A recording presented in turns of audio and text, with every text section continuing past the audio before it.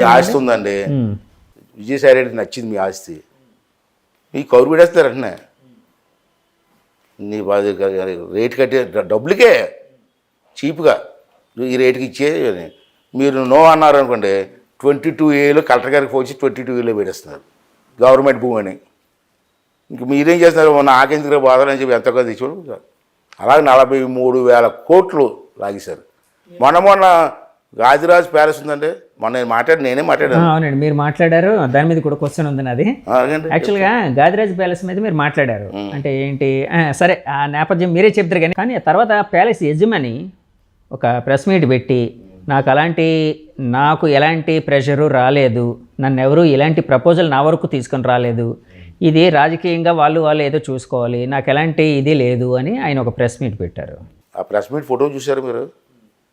చూసారా? చూసానండి, ఫోటో వచ్చింది. అవునవును. అతను ఎదురుగా ఎవరు ఉన్నారండి? కేకే రాజు. ప్రెస్ మీట్లు పోటీ దొంగడు, ప్రెస్ మీట్లో ఫోటోలో రాకుండా ఉండడం బాగున్నాం. అతను అక్కడ ప్రెస్ మీట్ చెప్తుంటే ఎదురుగా ఉండి అతని చేత బలవంతంగా చెప్పించారు.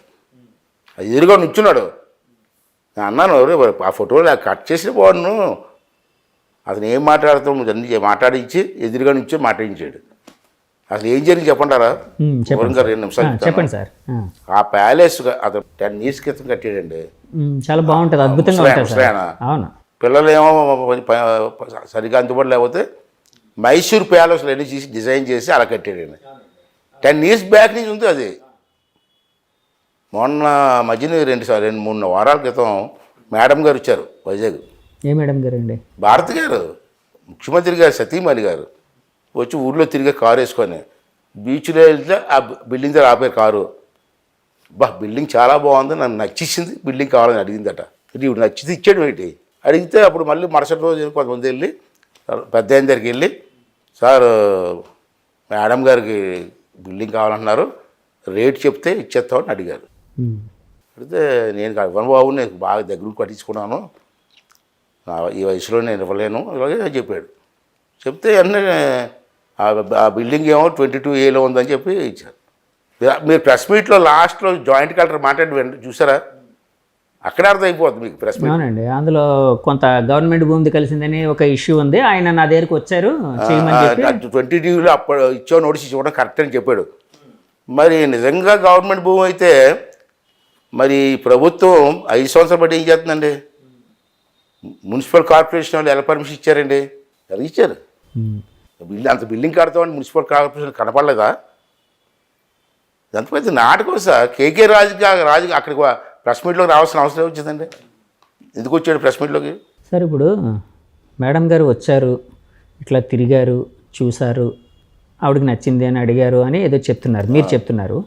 యాక్చువల్గా మేడం గారు వచ్చారు అంటే, ఒక ముఖ్యమంత్రి గారికి సంబంధించిన వ్యక్తులు వచ్చారు అంటే ఒక మీడియా అటెన్షన్ అని ఉంటుంది కదండి, మీడియాకి తెలుస్తుంది కదండి.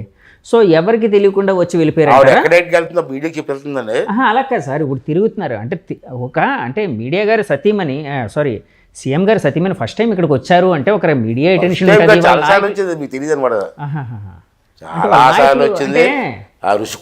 నేను ఎందుకు అడుగుతున్నానంటే, మీరు చెప్పే దాంట్లో మీరే ఒక కథ అల్లుతున్నారేమో అనిపిస్తుంది కదండి, అలా అనుకోవచ్చు కదా. అయితే పని చెప్పండి, ఆవిడ వచ్చి చూసి నచ్చిందని చెప్పి అన్నాను కదా నేను. ఆవిడనే వచ్చి ప్రెస్ మీట్ పెట్టి నేను రాలేదు చూడలేదు చెప్పనండి. అయ్యన్ పాత్రి గారు చెప్పిన తర్వాత వాస్తవం కాదు, నేను అసలు విశాఖపట్నం రాలేదని చెప్పానండి. ఎందుకు చెప్పలేదు ఆవిడ? రుషికొండ దగ్గరికి ఎన్నిసార్లు వచ్చింది మీకు తెలుసా? వచ్చారండి, 4-5 సార్లు వచ్చింది బిల్డింగ్ చూడడానికి. భార్య భర్తలకి అంత బిల్డింగ్ అవసరం అండి? 430-400 కోట్ల బిల్డింగ్ అవసరం అండి ఇద్దరికైనా? ఎన్ని కోట్లు సార్? అది 435 రాశారు, పేపర్లో రాశారు. అవసరం అది ఇద్దరు ఉండడానికి. దాన్ని యాక్చువల్గా అంటే గవర్నమెంట్ పరంగా ఉపయోగించుకోవడానికి కూడా కడుతున్నాం. కొండ మీద కట్టబెట్టి ఇంకో కొండ మీద కట్టచ్చుదండి, అక్కడ ఆల్రెడీ టూరిస్ట్ స్పాట్ అది. ఇక్కడ మీరు విశాఖపట్నంలో మేధావులు నిద్రపోతున్నారు సార్. నేను చాలాసార్లు చెప్పాను, మీకు ఒక కొటేషన్ కూడా ఉంది. ఏంటంటే సిరా చుక్క అంటారు సార్. సిరా చుక్క అంటే ఎవరు వాడతారు? సిరా కవులు, విలేకరులు, రచయితలు. సిరా చుక్క మౌనం పాటిస్తే సారా చుక్క రాజ్యం వెళ్తున్నట్టు ఒక కవి. ఎంత బాగా రాశాడు చూడండి.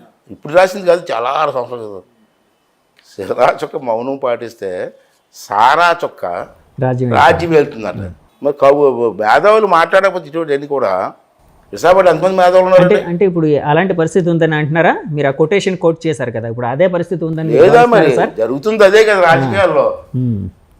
వాస్తవం మాట్లాడితే అయ్యన పోతే నన్ను తిడతారు, మా వాళ్ళు తిడతారు. ఎందుకంటే ఎలక్షన్కి 50 కోట్లు 60 కోట్లు ఖర్చు ఎందుకండి? ఉమ్. నాకు 83లో ఫస్ట్ ఎలక్షన్కి 63,000 రూపాయలు ఖర్చు అయింది. 63,000 అంటే అప్పట్లో తక్కువ కదండి రేట్లు. అప్పుడు అదే ఓటు కదండి, అలా కాదు సార్, అప్పుడు అదే ఓటు కదండి. అప్పట్లో 10,000 అంటే ఇప్పుడు 1,00,000తో సమానం కదా సార్. అలాగా అలాగని కాదండి, ఎందుకు 50 కోట్లు ఖర్చు, ఓకే. దేనికి ఖర్చు పెడతారు అంటే క్లియర్గా అర్థమవుతుంది కదా, ఓట్లు కొంటున్నారని. కాదు సార్, అప్పట్లో బ్యానర్లకి, పాంప్లెట్స్కి, ఇలాంటి వాటికి, సభలకి, నిర్వహణకి అది దాన్ని ఖర్చు పార్టీ రామారావు పెట్టుంటారండి. ఇచ్చారు మాకు, ఓకే. బ్యానర్లు కూడా రామారావు గారు ఇచ్చారు మాకు. ఆహా, మరి ఈ ఖర్చు అంతా దేనికైంది సార్? మైక్ షాట్లకి, మీటింగ్స్కి, ఆ, క్యాన్సింగ్ వ్యాన్స్కి ఓకే. ఇవి ఉంటాయి కదా వాటికి ఓకే. 63,000 అండి. ఉమ్.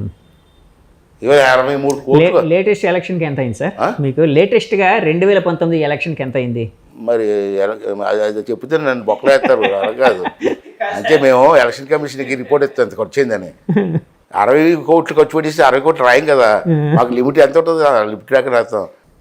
మళ్ళీ నన్ను లేడిపోయిన ఇబ్బందులు పెడతారు మరి. నేనే కాదు, రాష్ట్రంలో ఏ నాయకుడు కూడా చెప్పడం. కానీ పాత అయితే చెప్పారు కదా సార్ మరి. అప్పుడు తక్కువ సార్ అప్పట్లో లిమిట్ లేదా సార్? అప్పుడు కూడా 15 లక్షలు ఎంతో ఉంది. అప్పట్లో కూడా ఉందండి. 82 83లో శాసన గారి టైంలో 25 లక్షల దాకా ఇచ్చారు. 25 లక్షలు దాటకూడదు, నామినేషన్ డబ్బు కడతాం కదా దాంతో కలిపి. ఓకే. కానీ 25 లక్షలకి అయిపోతుందండి ఎలక్షన్. చెప్పండి, మీరు అందరూ గుళ్ళు చేసి చెప్పండి. మేము చెప్తామండి, మీరు గుండెల మీద చేసుకొని చెప్పాలి. ఎందుకు జరగట్లేదు? ఎలక్షన్ కమిషన్ తెలియదా 25 లక్షలకి అవదని? మరి లిమిట్ పెట్టడం ఎందుకండి? ఎందుకంటారు సార్ మరి? అంటే అందరికీ తెలుసు, ఇప్పుడు ఇది ఓపెన్ సీక్రెట్ సార్. డబ్బులు లేనిదే ఎలక్షన్ జరగదు అనేది ఓపెన్ సీక్రెట్. ప్రతి పార్టీ, ఈ పార్టీ ఆ పార్టీ కదా, ఈవెన్ కమ్యూనిస్టులు పోటీ చేసినా కూడా డబ్బులు ఖర్చు పెట్టాల్సిందే. అలాంటి పరిస్థితి వచ్చిందండి ఇప్పుడు. మరి ఎలక్షన్ కమిషన్కి తెలియదు. అదే అన్నాను, ఎలక్షన్ కమిషన్ ఎన్ని అబ్జర్వ్ చేసి ఖర్చు పెట్టడానికి రేట్ అన్న పెంచాలా, లేకపోతే ఖర్చు పెట్టడానికి వీలేదని చేయాలా.